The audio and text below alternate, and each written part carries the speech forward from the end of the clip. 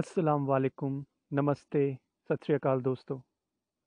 मैं आपका होस्ट दीपक फिर से हाज़िर हूँ आपके साथ इस पॉडकास्ट जिसका नाम है इंडिया पाकिस्तान डायलॉग में। आज दूसरा एपिसोड है और इसमें मैं एक हिस्ट्री के डार्क चैप्टर की बात करना चाहूँगा, जो कि शायद सबसे ज़्यादा डार्क है अगर दोनों मुल्कों की हिस्ट्री को कंसिडर किया जाए तो। और ये चैप्टर है हिंदुस्तान और पाकिस्तान के पार्टीशन का। दोनों मुल्क जो कभी एक ही हुआ करते थे, दो तरफ के लोग जो एक दूसरे के घरों में, एक दूसरे के शहरों में आते जाते रहते थे, एक साथ मिलजुल के काम करते थे। एक दिन ऐसा आया कि बंटवारा हो गया और कुछ लोग उस तरफ रह गए और कुछ लोग इस तरफ रह गए। ये ऐसा मौका था जिसका किसी को भी अंदाज़ा नहीं था। किसी ने कुछ साल पहले तक ये नहीं सोचा था कि पार्टीशन हो जाएगा, लेकिन ऐसा हो गया। क्यों हुआ, ठीक हुआ कि नहीं हुआ, इसके कॉन्सिक्वेंसेस क्या होंगे, इस सब के बारे में हम बात करेंगे। लेकिन इसमें जाने से पहले हमें थोड़ा सा पीछे हट के ब्रिटिश इंडिया के टाइम पे इंडिया को देखना पड़ेगा।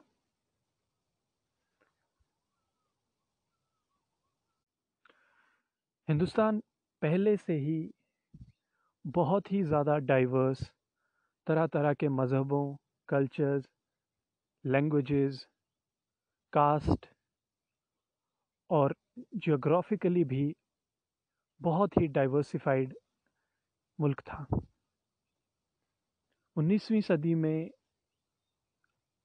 ब्रिटेन के एक हिस्टोरियन और राइटर सर जॉन स्ट्रेची ने कैम्ब्रिज यूनिवर्सिटी में कुछ लेक्चर्स दिए थे, जिसके बाद उन्होंने एक उसी टॉपिक पे एक बुक भी लिखी थी। बुक का नाम था इंडिया। और उसमें उन्होंने बात की थी कि भारत की डाइवर्सिटी, हिंदुस्तान जो कि यूनाइटेड था उस वक्त, उसकी डाइवर्सिटी कितनी ज़्यादा थी। उन्होंने कहा था कि यूरोप जो कि कई मुल्कों से बना हुआ है, उसमें इतनी डाइवर्सिटी नहीं है जितनी हिंदुस्तान में है। और उनके लफ्ज़ों में कहा जाए तो स्कॉटलैंड जो है वो स्पेन से ज़्यादा मिलता जुलता है, बजाय कि जो बंगाल है और पंजाब है वो एक दूसरे से जितना मिलते हैं। और वो अकेले नहीं थे। ज़्यादातर लोग जिन्होंने बाहर से हिंदुस्तान को देखा, उन सबका यही मानना था कि इस पूरे मुल्क में जो यूनिफाइंग फोर्स थी, जो इसको इकट्ठा करके रखी हुई थी, वो ब्रिटिश फोर्स ही थी। और उनका ये भी मानना था कि एक बारी आज़ादी मिलने के बाद ये लोग आपस में लड़ने शुरू हो जाएंगे, मज़हबों की लड़ाई होगी, कास्ट की लड़ाई होगी, और अलग अलग रीजन्स जो कि अलग लैंग्वेजेस बोलते हैं, उनमें आपस में लड़ाइयाँ होती रहेंगी। तो ये किसी को भी अंदाज़ा नहीं था कि एक यूनाइटेड इंडिया कैसे बन सकता है। लेकिन इस बात का एक दूसरा पहलू भी था। हिंदुस्तान में हिंदू, मुसलमान, सिख, ईसाई और अलग अलग कास्ट के लोग कई सालों से, सदियों से साथ में रहते आए थे। उन सब में आपस में डिफरेंसेस ज़रूर थे, लेकिन वो हमेशा से साथ रहते आए थे। गांव में, शहरों में, कस्बों में, सब जगह डाइवर्सिटी थी ही थी। लेकिन एक और चीज़ थी जो शायद मेरे ख्याल से आगे जाके पार्टीशन की वजह बनी, और वो था डिस्क्रिमिनेशन। ये डिस्क्रिमिनेशन हर लेवल पे एग्जिस्ट करता था, कास्ट में, रिलीजन में, लेकिन काफ़ी हद तक छुपा भी हुआ था। जब तक डेमोक्रेसी नहीं थी, सबसे पहले जब जैसे ब्राह्मण्स एक तरह से राज कर रहे थे, उसके बाद इस्लामिक रूलर्स राज कर रहे थे और उसके बाद ब्रिटिशर्स राज कर रहे थे। तो इन सब के दौर में जिसके अगेंस्ट डिस्क्रिमिनेशन हो रही थी, उसको दबाना काफ़ी हद तक आसान था और मुमकिन भी था। लेकिन जैसे डेमोक्रेसी आनी थी और ख़ासकर वो माइनॉरिटीज़ जो कि अच्छे खासे नंबर्स में थी, और यहाँ पे मैं इस्लाम की बात कर रहा हूँ, उनकी आवाज़ को आप रोक नहीं सकते थे। हिस्ट्री में कोई भी बुक उठा के देखें, आपको डिस्क्रिमिनेशन ज़रूर मिलेगी। बहुत सारे केसेस ऐसे थे जहाँ पे लोग एक दूसरे के हाथ का खाना भी नहीं खाते थे, एक दूसरे के घरों में जाते भी नहीं थे।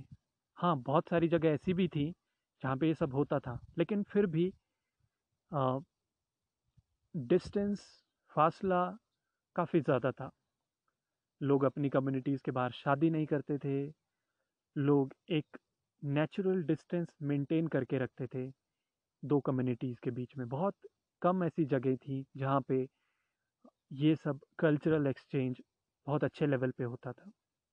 उनमें से ही एक जगह थी लाहौर। मैं जहाँ पे पैदा हुआ हूँ, बड़ा हुआ हूँ, वो एक हिमालयन टाउन है हिंदुस्तान में। और पार्टीशन के पहले वो पंजाब प्रोविंस का ही पार्ट होता था। और आज भी जो मेरा होम टाउन है पालमपुर, वहाँ से अगर देखा जाए तो सबसे नज़दीक जो शहर पड़ता है वो लाहौर ही है। और उस वक्त भी लाहौर जो था वो एक काफ़ी बड़ा कॉस्मोपॉलिटन शहर था। और ऐसा कहा जाता था कि जिन्हें लाहौर नहीं देखा वो जम्मया ही नहीं। इसका मतलब है जिसने लाहौर नहीं देखा वो पैदा ही नहीं हुआ। मेरे ग्रैंड पेरेंट्स या उनकी उम्र के लोग हमेशा बात करते थे कि चाहे एजुकेशन हो या कोई काम हो, कारखानों में काम करना हो, उनका लाहौर जाना अक्सर लगा रहता था। पर ये सब रियलिटी पार्टीशन के बाद बदल गई। और जो शहर कभी हमारे होते थे, जो लोग हमारी सोसाइटी का पार्ट होते थे, वो अलग हो गए। आखिर क्यों हुआ ऐसा? क्या वजह थी? पाकिस्तान बनने के पीछे दो सबसे बड़ी वजह थी मुस्लिम लीग और उसके लीडर मोहम्मद अली जिन्ना। मुस्लिम लीग का ये मानना था कि हिंदुस्तान जो कि एक हिंदू मेजॉरिटी मुल्क है, और ख़ासकर कांग्रेस के लीडर्स जो ना सिर्फ ज़्यादातर हिंदू थे बल्कि हिंदू अपर कास्ट से थे, ब्राह्मण्स, बनिया। तो उनको डर ये था कि ये ब्राह्मण बनिया की सरकार बनेगी, यहाँ पे माइनॉरिटीज़ को और ख़ासकर मुसलमानों को वो हक नहीं मिलेंगे जो उनको प्रोटेक्ट कर पाएँ। यही मानना था जिन्ना का। दूसरी तरफ नेहरू थे, इंडियन नेशनल कांग्रेस के लीडर, और मुसलमानों को भी हक मिलेगा। अब इन दोनों लीडर्स के बीच में और दोनों आइडियाज़ के बीच में, कांग्रेस और मुस्लिम लीग के बीच में, इन दोनों आइडियोलॉजीज़ के फ़र्क की वजह से इवेंचुअली हमें हिंदुस्तान और पाकिस्तान मिले। इससे इत्तेफाक रखते हैं कि बंटवारा नहीं होना चाहिए था। उनका मानना ये होता है कि बंटवारा गलत हुआ और ये दोनों कौमें साथ में रह सकती थी। लेकिन जैसे जैसे वक्त बीता है, हमने देखा है कि शायद ये फैसला सही भी था, क्योंकि हिंदुस्तान में भी हिंदुओं और मुसलमानों के बीच और ज़्यादा डिवाइड हुआ है। और जब हिंदुस्तान में 20 करोड़ मुसलमान हैं लगभग, तभी इतने मसले हो जाते हैं। तो सोचिए 50 या 60 करोड़ होते तब क्या होता। बहरहाल हमें ये मानना पड़ेगा कि उस वक्त की सियासत के चलते बहुत सारी ऐसी चीज़ें हुई जो शायद नहीं हो सकती थी, जिसकी वजह से पार्टीशन शायद ना होता, या फिर अगर होता तो उतना अगली नहीं होता, उतना ख़राब नहीं होता जैसा कि हुआ, और लाखों जानें उसमें गईं। ये शुरू होती है कहानी जब मोहम्मद अली जिन्ना यंग लीडर थे, मुस्लिम लीग का पार्ट थे, लेकिन साथ साथ उनको हिंदू मुस्लिम यूनिटी का एम्बेसडर भी कहा जाता था। वो इसलिए क्योंकि वो काफ़ी प्रोग्रेसिव थे और चाहते थे एक सेक्युलर स्टेट हो जहाँ पे सब लोगों को बराबरी का हक मिले। लेकिन धीरे धीरे उनमें और कांग्रेस में डिफरेंसेस बढ़ते चले गए। वो महात्मा गांधी की आइडियोलॉजी से पूरी तरह अग्री नहीं करते थे। इनफैक्ट कुछ ऐसे भी इंस्टेंसेस हुए जब वो फासले और बढ़ गए। जैसे 1920 में कांग्रेस की नागपुर की मीटिंग में जब जिन्ना स्पीच देने के लिए आए, तो उनसे कहा गया कि वो गांधी को मिस्टर गांधी ना कहें बल्कि महात्मा गांधी कहें। हालांकि ये रिक्वेस्ट सबसे पहले एक मुस्लिम लीडर ने ही की थी, लेकिन जल्दी ही वहाँ जो भीड़ थी वो सभी लोग यही बोलने लगे कि उन्हें गांधी को महात्मा गांधी गांधी कह के बुलाना चाहिए। जिन्ना इस बात से एग्री नहीं करते थे, तो इवेंचुअली उनको चुप होना पड़ा और वो वहाँ से चले गए। इस तरह के जो एग्जाम्पल्स हमें मिलते हैं उससे हमें पता चलता है कि ये डिवाइड बढ़ता जा रहा था। कांग्रेस जिस तरह से महात्मा गांधी को वर्शिप कर रही थी, कांग्रेस में जिस तरह से हिंदू और अपर कास्ट हिंदू के लीडर्स डोमिनेट करते जा रहे थे, ये बात जिन्ना को पसंद नहीं थी। लेकिन जैसा मैंने कहा, इसके रूट्स कहीं ना कहीं सोसाइटी में फैली हुई डिस्क्रिमिनेशन तक जाते हैं।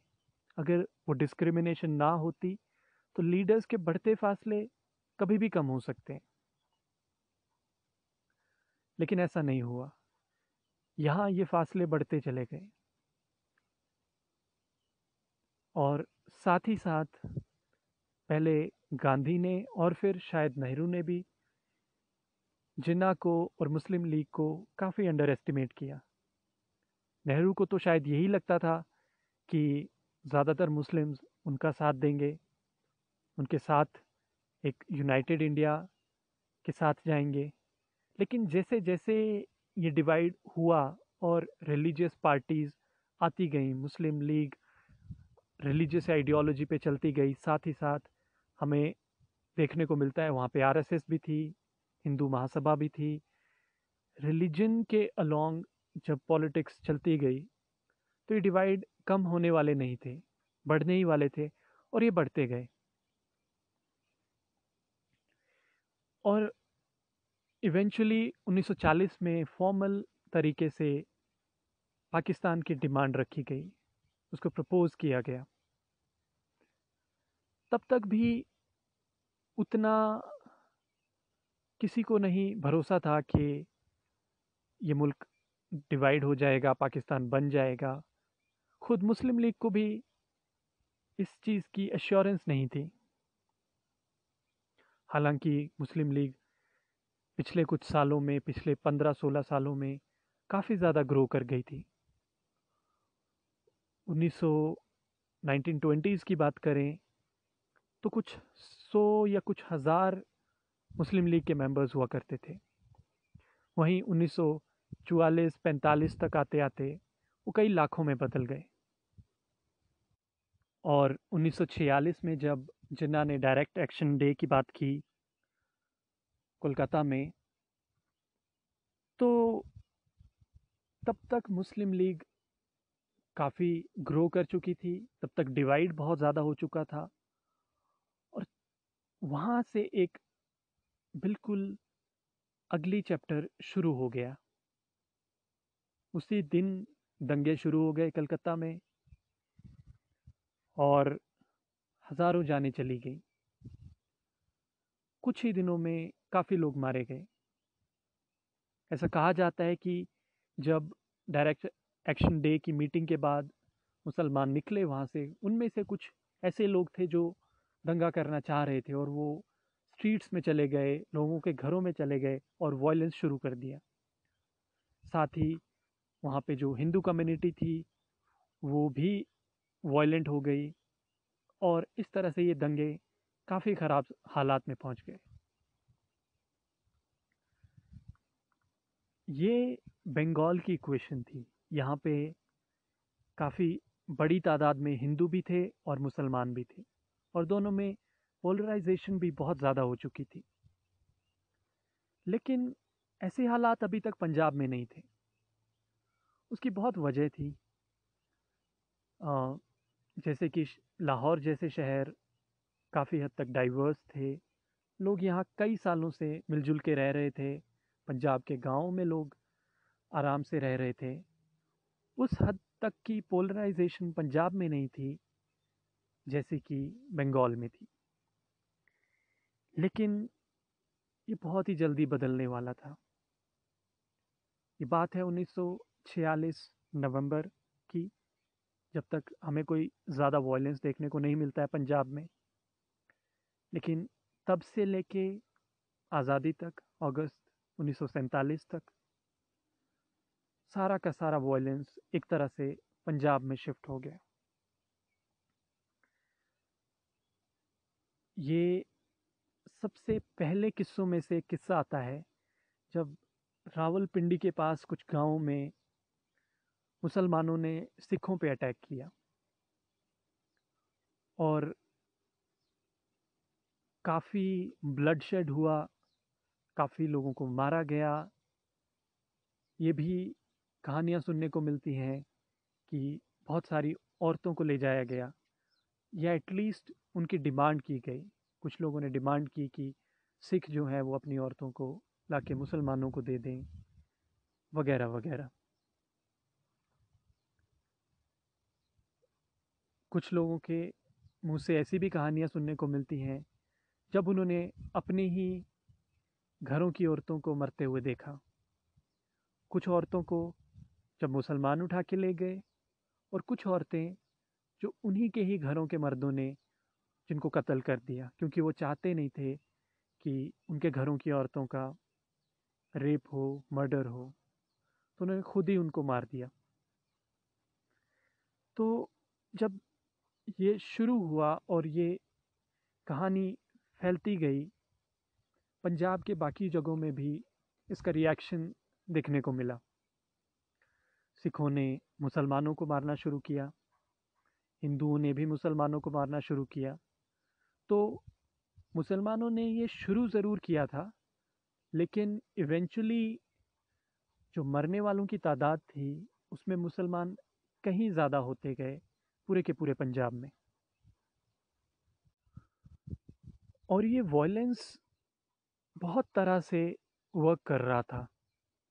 कई जगहों पे ऐसे, जैसा मैंने कहा, हिंदू मुसलमानों को मार रहे थे, मुसलमान सिखों को और हिंदुओं को मार रहे थे। और कई जगह ऐसे कि लोग अपने गांव को बचाने में लगे हुए थे, कि जैसे अगर किसी गांव में सिख थे और मुसलमान भी उनके साथ रह रहे हैं और कोई बाहर से अटैक करने आए मुसलमानों पे, तो अपने गाँव के मुसलमानों को बचा रहे थे और उसमें भी वॉयलेंस हो रहा था। तो जो लोग अपने गाँव को बचा रहे थे, जो लोग मज़हब की लाइन पे चल के वॉयलेंस कर रहे थे, हर तरह से खून खराबा होता चला गया। और इवेंचुअली हमने देखा कि हज़ारों की तादाद में लोग मर गए और बहुत ज़्यादा रेप्स हुए और लाखों लोगों के घर चले गए। इसके बाद महात्मा गांधी ने फास्टिंग की, रिक्वेस्ट की सबसे कि वॉयलेंस ना करें, जो कि उनका बहुत ही पुराना तरीका था। वो फास्टिंग करते थे और पीसफुली प्रोटेस्ट करते थे, लोगों से रिक्वेस्ट करते थे, गांव-गांव जाते थे, हर जगह जाते थे, लोगों से अगेन रिक्वेस्ट करते थे कि ना करें, वॉयलेंस ना करें, पीसफुली रहें। लेकिन 1947 आते-आते महात्मा गांधी और मुसलमानों के बीच में भी डिवाइड काफ़ी बढ़ चुका था। पहले जब लोग गांधी को सुना करते थे, उनकी बात काफ़ी हद तक माना भी करते थे, 1947 आते-आते ऐसा नहीं हो रहा था। कोई उनकी बात नहीं सुन रहा था, कोई उनकी बात को मान नहीं रहा था। हाँ, इससे वॉयलेंस में थोड़ा फ़र्क ज़रूर आया, लेकिन वो डिवाइड कम नहीं हुआ जो वो चाहते थे। एक और वजह जिसकी वजह से वॉयलेंस इतना ज़्यादा हुआ, वो था ब्रिटिश स्ट्रैटेजी इस पूरे पार्टीशन को लेकर, या पूरे आज़ादी को लेकर। 1947 में ही मार्च में जब माउंटबेटन, जो आखिरी वाइसरॉय थे इंडिया में, वो यहाँ पे आए, तब उनके पास बहुत ही कम वक्त था हिंदुस्तान और पाकिस्तान को डिवाइड करने के लिए। किसी को अंदाज़ा नहीं था कि ये बॉर्डर्स की लकीरें कैसे खींची जाएंगी।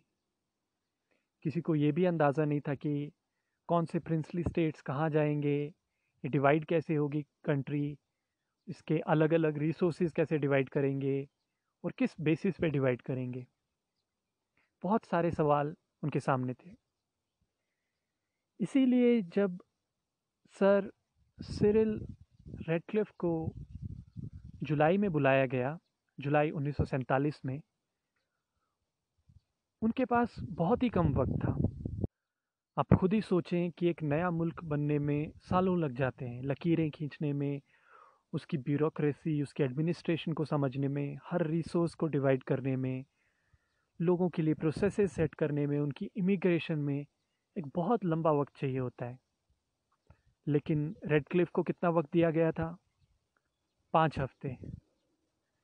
5 हफ्तों में उन्होंने एक मुल्क की लकीरें खींचनी थी, जिस मुल्क के बारे में उन्हें कतई अंदाज़ा नहीं था। पहले ये डिसाइड हुआ था कि पंजाब और बंगाल जो हैं वो पूरी तरह से पाकिस्तान में जाएंगे, जो कि बाद में चेंज कर दिया गया था।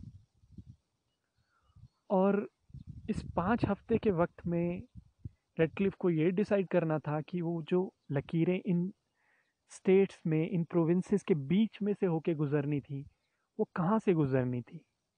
उनको बहुत सारी चीज़ों का ध्यान रखना था।